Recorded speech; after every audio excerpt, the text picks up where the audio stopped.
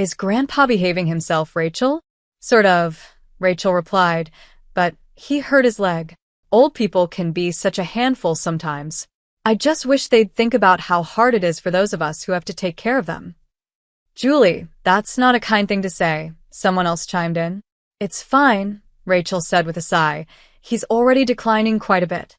I can't deal with the stress that comes with taking care of the elderly, but you're more experienced, so you'll manage. A few days ago, Rachel's husband's grandfather, Adam, fell while working in the garden and injured his leg. Thankfully, it wasn't a severe injury, but considering he's 85 years old, they decided to have him rest in bed to ensure the injury doesn't worsen. Unfortunately, Rachel's mother-in-law refuses to go near him, let alone help with his care. Rachel, a 34-year-old woman, has been married for 6 years and lives with her husband Jacob's family. Her husband was her boss at the company where she started working 10 years ago. The company was originally founded by Jacob's grandfather. By the time Rachel joined, her father-in-law was already the president, and her grandfather-in-law was the chairman. Despite his age, the grandfather was still actively involved in managing the company's critical responsibilities.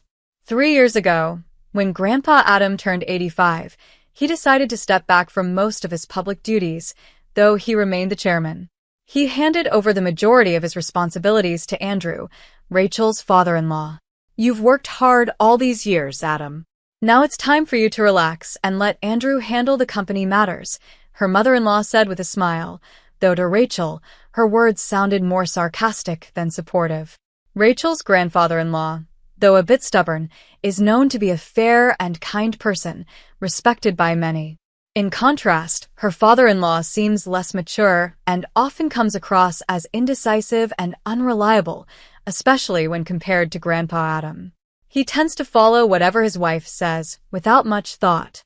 Rachel never met her grandmother-in-law, as she passed away before Rachel entered the family. Rachel and Jacob started dating when they worked together on the same product planning team, 5 years after she joined the company. Jacob, who led the team with energy and confidence, struck Rachel as reliable, though sometimes a bit too self-assured. Perhaps this trait stood out to Rachel because she lost her father at a young age and was raised by her mother alone. Tragically, her mother also passed away due to illness 3 years ago, leaving Rachel without any immediate family other than her in-laws. Shortly after their marriage, Rachel's mother fell ill and needed care, adding more pressure to Rachel's already challenging life. I decided to quit my job to take care of my mother when she fell ill. The fact that my husband's family didn't object was likely due to something Grandpa said. It's only natural to take care of the mother who raised you on her own. Don't worry, just focus on taking good care of her. Those words gave me the reassurance I needed, and thanks to Grandpa's support, I was able to stay by my mother's side every day for a whole year without worrying about money until she eventually passed away. Although my mother-in-law seemed a bit unhappy about my decision, I was incredibly grateful for Grandpa's understanding.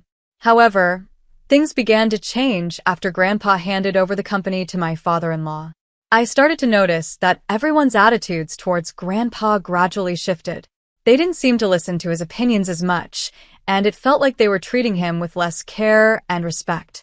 At first, I thought maybe I was just imagining it, but the more I observed my mother-in-law and husband, the more convinced I became that they were being dismissive toward him.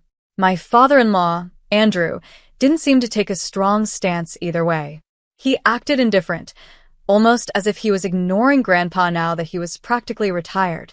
It felt like they were treating Grandpa as if he was no longer needed, and that made me upset.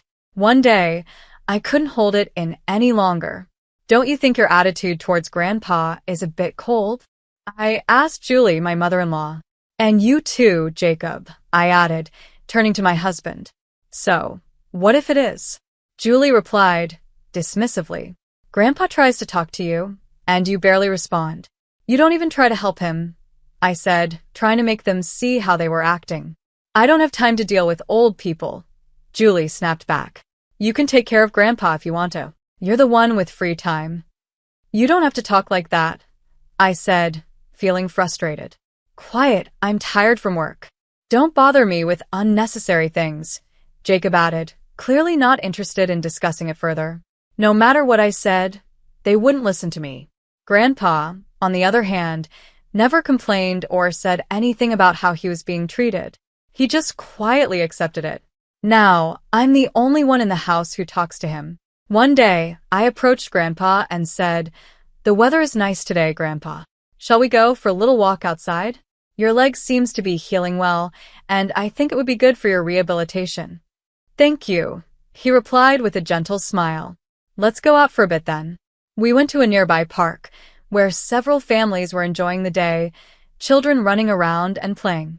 Grandpa watched the scene with a look of joy on his face. "Andrew and Jacob used to enjoy times like that too," he said, his voice tinged with nostalgia. "I was so busy with work that I couldn't take care of the children much. Maybe that's why I didn't raise Andrew and Jacob properly," he added, almost as if he was talking to himself, his expression a bit sad. Hearing him say that made me think about how everyone could be kinder to Grandpa. But no matter how hard I tried, I couldn't come up with a good idea. Then, out of the blue, my in-laws suggested building a new house for Grandpa. "This house is over 53 years old, right?" they said, as if the age of the house was the problem. "The current layout of the house is inconvenient, and it's hard to use. Rather than pouring money into repairs, it would be better to build a new house in a more convenient location." A new house could be designed with Adam's needs in mind, especially since he's getting older. We were lucky that his last injury wasn't more serious, but we can't predict what might happen in the future. It makes sense to build a house that's barrier-free, so we won't have any issues if he ever needs special care. "I see," someone suggested. "We could even place Adam's room in the center of the house, so it's easy for everyone to take care of him." "Yeah, that's not a bad idea," another agreed. "So it's settled then," they concluded. Adam, as usual, offered to cover the cost. "If it's a house for all of us, I'll handle the expenses. Just talk to Mr. James about the money," he said in his typical fashion. "Thank you, we really appreciate it," my mother-in-law said with a smile. She seemed pleased, but to me, it looked like they only flatter him when they want something, especially money. Despite my reservations, I thought that if moving to a new house meant everyone would take better care of my grandfather-in-law, it would be a positive change. Mr. James, who is the company's in-house counsel and also manages my grandfather-in-law's personal assets, would handle the financial matters. Grandpa trusted him completely, as Mr. James had been with the family for nearly 34 years.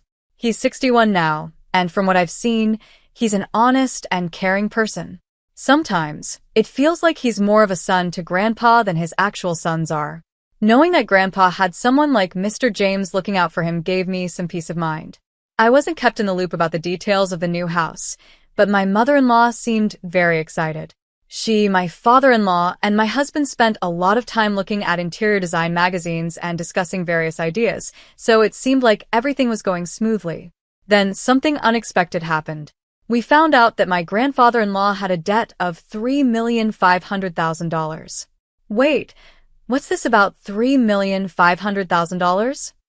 I exclaimed, shocked by the amount. It turned out that my grandfather-in-law had co-signed a loan for a friend's company, but that company was now in trouble, and the debt had fallen on Grandpa's shoulders. "Wait, they're not going to take the house that's under construction, are they?" I asked, worried. "Since the contract is already completed and, as Julie mentioned, the house is in the president's name, it's fine," my mother-in-law said, sounding relieved. "Oh, thank goodness. I'm glad we did it my way," she added, clearly pleased with herself. Listening to their conversation, I learned for the first time that the new house was actually in my father-in-law's name, even though my grandfather-in-law was the one paying for it. It seemed like exactly the kind of thing my mother-in-law would orchestrate. I couldn't help but wonder why they didn't consider selling the house to help repay the debt. "Hey, this debt is Adam's problem. It doesn't involve us or the company, right?" I asked, trying to understand the situation better. "Well, it was signed in Adam's name, so we're all good." "There's no problem," they assured me, dismissing any concerns. I couldn't quite grasp what was so good about the situation, but since my grandfather-in-law didn't say anything during the conversation, I chose not to intervene either. After all, it wasn't something I could handle on my own.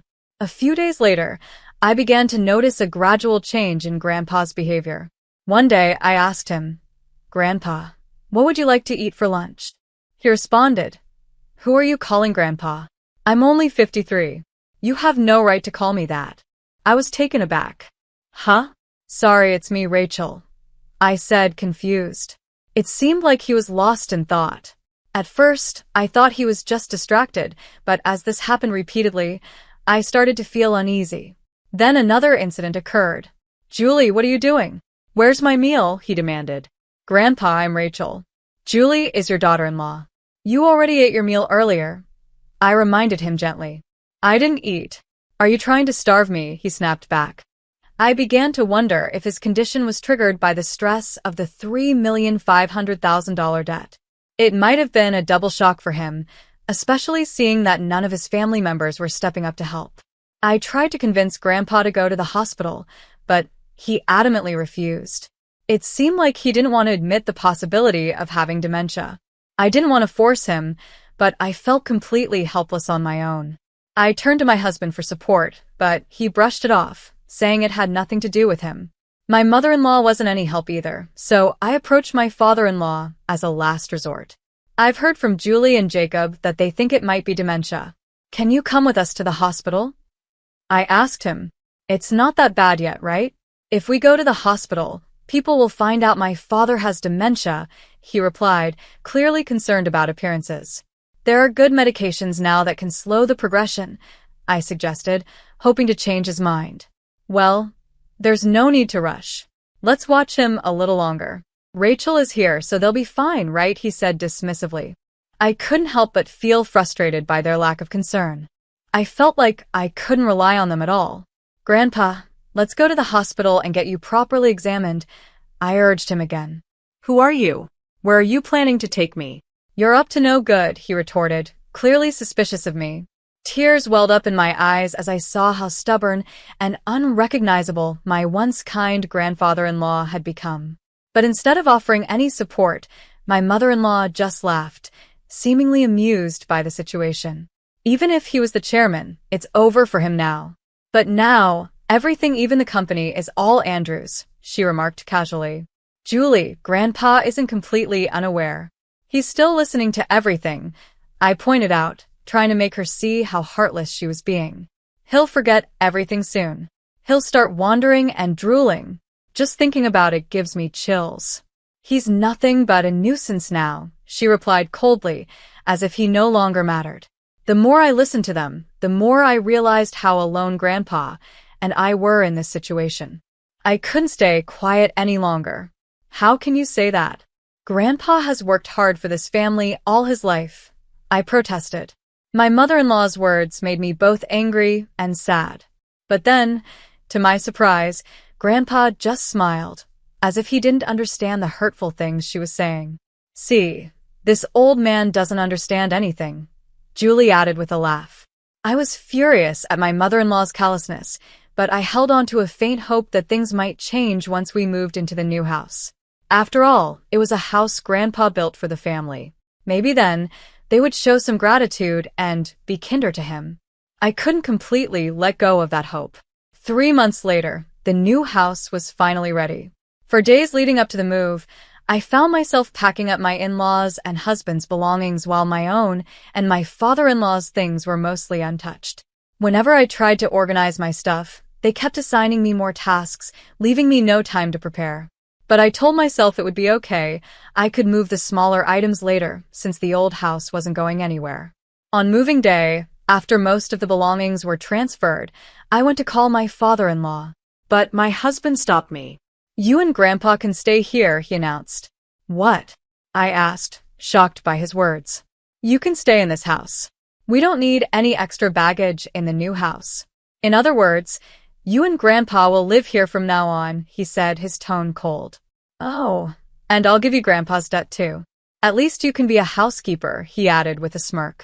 Then, without another word, he turned and called out to the others, "Hey, let's go." "Yeah, I'm coming," my mother-in-law replied. "Good luck with all the debt repayment and taking care of Grandpa," she added cheerfully as they all left. I stood there, stunned. For a while, I couldn't comprehend what had just happened. Were we really abandoned? Not just me, but my grandfather-in-law too? It took some time for the reality to sink in because I couldn't believe someone could be so heartless. How was I going to explain this to Grandpa? Slowly, I made my way to the back room. I didn't mind caring for Grandpa, that had always been my intention. But this situation was different from anything I had imagined. As I approached, I noticed Grandpa sitting with his back to me. Sensing my presence, he turned around before I could speak. "Have they gone already?" he asked, his expression completely different from what it had been just a few months ago. To be honest, he seemed like a different person. For a moment, I wondered if a new symptom had emerged. But then, to my surprise, Grandpa smiled, and what he said next caught me completely off guard. As we were talking, Mr. James, the company's in-house counsel, walked in. "Chairman, have you finished getting rid of the unnecessary staff?" he asked. "Yes, it's all done," Grandpa replied calmly. "Shall we go?" "Where are we going?" I stammered, still trying to process everything. "Of course, to the new house," Grandpa said. And with that, we left the house together. I was still living in the old house, guided by my grandfather-in-law, not fully understanding what was happening. Over the next month, my mother-in-law and husband bombarded me with countless phone calls. My grandfather-in-law had decided he wouldn't entertain their calls anymore, but I felt I had to answer my husband's call, especially since we were on the brink of a divorce. "Hey, Rachel, is Grandpa with you?" When I went to the old house, it was up for sale. "It's not worth $3,500,000, so you can't repay the debt." "Is that why you did this?" My husband accused, his tone sharp. "What do you mean?" "Put Grandpa on the phone. Dad said he hasn't been able to reach him at all. That forgetful old man must have done something outrageous," he continued, clearly agitated. I knew exactly what he was talking about, but I wanted to hear it from him. "What happened?" I asked. "Grandpa sold the company's stocks to the executive director. Thanks to that, the executive director is now the largest shareholder. A shareholders' meeting and a board meeting were held, and Dad was dismissed as president. But the executive director is popular. Maybe Grandpa thought it was better to hand over the company to him. The executive director must have tricked that old man into selling the stocks." "This is invalid," my husband fumed. "You seem to be misunderstanding something," I replied calmly. "Grandpa doesn't have dementia. If anything, he's more clear-headed than before." "What?" My husband sounded shocked.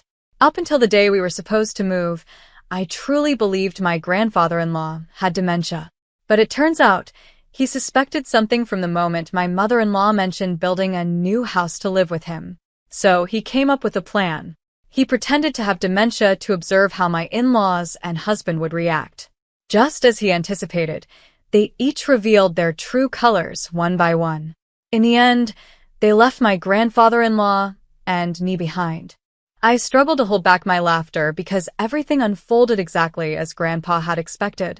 When I finally spoke to him about it, he said something that left me surprised, relieved, and a bit conflicted. "To deceive your enemies, you must first deceive your allies," Grandpa chuckled. It turned out that he had been receiving regular updates on the company from the executive director and Mr. James. With Grandpa out of the picture, my father-in-law and husband had been doing whatever they pleased, acting self-righteous and completely ignoring the opinions of the employees, often hosting lavish parties at the company's expense. Eventually, Grandpa handed over the company to my father-in-law, but he had serious concerns about the future. Seeing how things were going, he decided he couldn't trust his son with the company and chose to leave it in the hands of the executive director instead. When my husband asked about the $3,500,000 debt, I calmly explained, "That's taken care of now." In reality, my grandfather-in-law had been a guarantor for a friend's debt, but he had personal assets that far exceeded that amount. However, I deliberately left out this detail to prevent my mother-in-law and husband from targeting those assets. The friend in question was the son of a benefactor who had helped my father-in-law when he was young. Additionally, the land owned by this friend in the countryside was going to be developed into a resort, allowing him to sell it at a high price. I continued to explain this to my husband. "You're kidding," he exclaimed in disbelief. "More importantly, are you guys okay?" I asked, genuinely concerned. "We're not okay," my husband lamented. "Both my father and I were denounced by the company. What should we do now?" Wait, what? There's also a mortgage on the house, I revealed, dropping another bombshell. What? What do you mean, a mortgage on the house? My husband was shocked. Haven't you realized it yet? The money for the house should have been paid off by Grandpa, I clarified. But Andrews signed, without checking everything. It just shows he really didn't have the qualities of a president.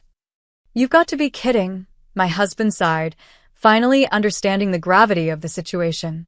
As a result, my in-laws lost the new house they had built because they couldn't keep up with the mortgage payments. Now they live in an old apartment that's over 53 years old, struggling to repay the remaining loan. Despite their desperate attempts to contact me, suggesting we all live together, it was no longer possible. My grandfather-in-law, having retired from his chairman position, bought an old house in the countryside. Rachel, you can live wherever you like now, freely. You don't have to worry about living expenses, he assured me. But I chose to stay with him. If I'm not in the way, please let me stay with you, I said, tears welling up in my eyes. His eyes filled with tears, too. Thanks to Mr. James, the divorce was finalized and legal steps were taken to exclude my former father-in-law and husband from any inheritance. I became my grandfather-in-law's adopted daughter, and I vowed to take care of him for the rest of his life. Now, the two of us enjoy peaceful days working in the fields together. Dad, look at this radish. It's huge, I exclaimed, cherishing these warm moments under the bright sunlight. I wish for these days to continue, even if just for one more day.